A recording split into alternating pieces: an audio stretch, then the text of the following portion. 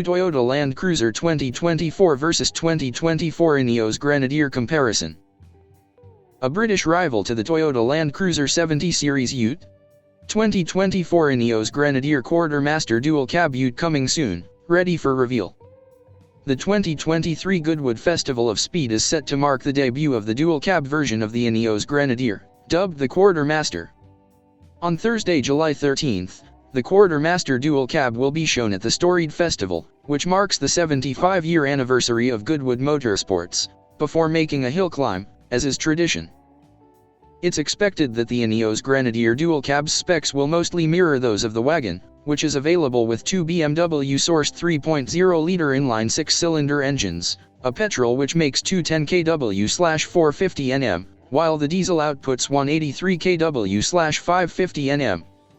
Standard equipment in the wagon includes Recaro seats, LED headlights, roof rails, 17-inch steel wheels, a full-size spare wheel, and off-road navigation for just the base model, which starts at $97,000 before on-road costs as a wagon.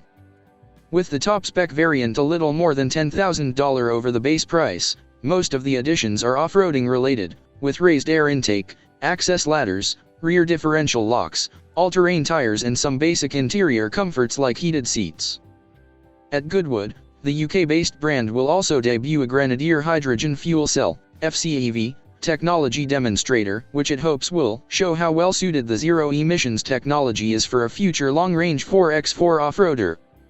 The FCEV will also make a run at the hill climb with the ice-powered Quartermaster. Goodwood attendees will also have a chance to test the existing Grenadier station wagon at the Goodwood Halnaker Chalkpit off-road course. Ineos has raised the prices of its Grenadier off-road SUV and Ute for 2023, with new customers now asked to fork out as much as $13,030 than before. Cars Guide understands the price increases are due to the rising costs of raw materials and production that is affecting most brands, with the price rise coming into effect from November 9th.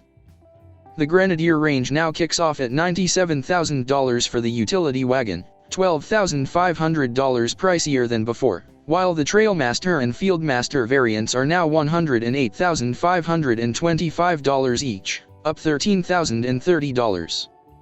Likewise, the Grenadier station wagon is up $12,500 to $98,000, while the Trailmaster and Fieldmaster versions are up $13,030 to $109,525.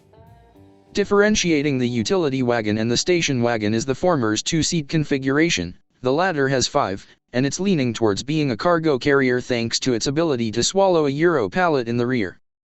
Despite the increase to pricing, standard equipment remains the same as before, with the base car equipped with Recaro seats, LED headlights, roof rails, 17-inch steel wheels, a full-size spare wheel, and off-road navigation.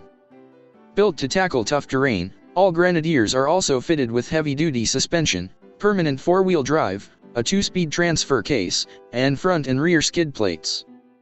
The Trailmaster variants add a raised air intake, access ladder, and interior rails, as well as the rough pack and smooth pack that bundle front and rear differential locks, all-terrain tires, lockable storage box, and puddle lamps. Meanwhile, the Fieldmaster features locking wheel nuts, safari windows, heated front seats, leather interior, carpet floor mats, a unique jacket, and the smooth pack. Each variant can be equipped with one of two BMW-sourced 3.0-liter inline six-cylinder engines, both paired with an 8-speed automatic transmission. The petrol-powered engine produces 210 kW/450 Nm, while the diesel outputs 183 kW/550 Nm.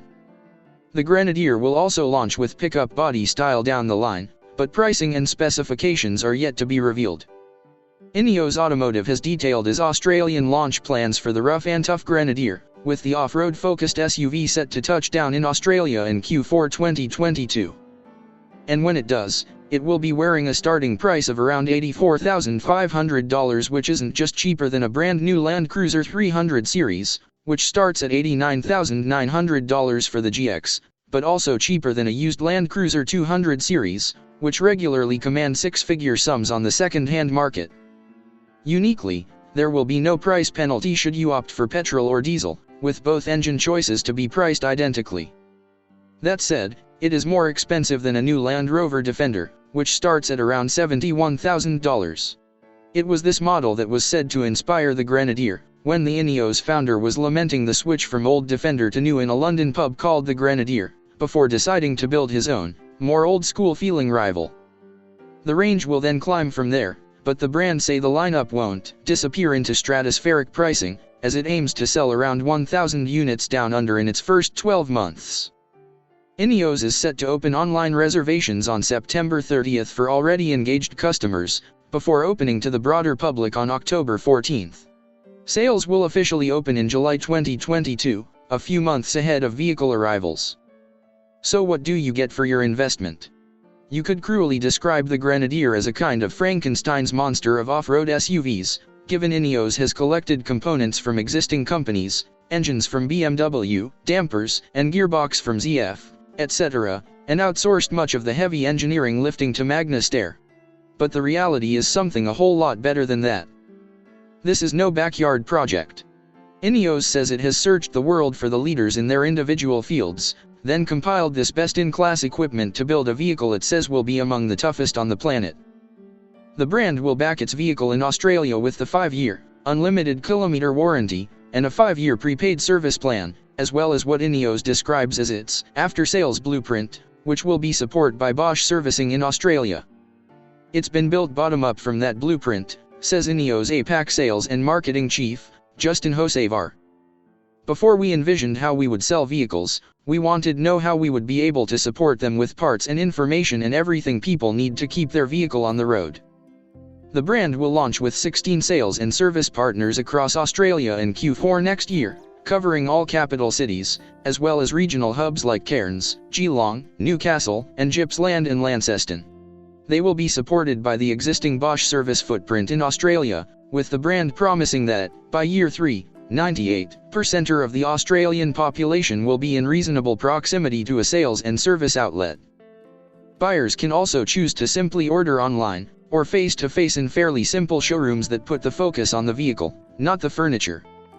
We know already that this ladder frame SUV, which is built in Wales, will be powered by BMW's 3.0-litre, 6-cylinder petrol, around 212 kilowatts and 450 nanometers, and diesel, around 185 kilowatts and 550 nanometers, engines, paired with an 8-speed ZF automatic gearboxes, and will land with permanent 4WD, and 3 locking differentials. The vehicle has also been designed to be as analog as possible, with an easy clean interior with rubber flooring, drainage plugs, a reduced number of ECUs and a physical key. That said, you will find a 12.3-inch central touchscreen with Apple CarPlay and Android Auto.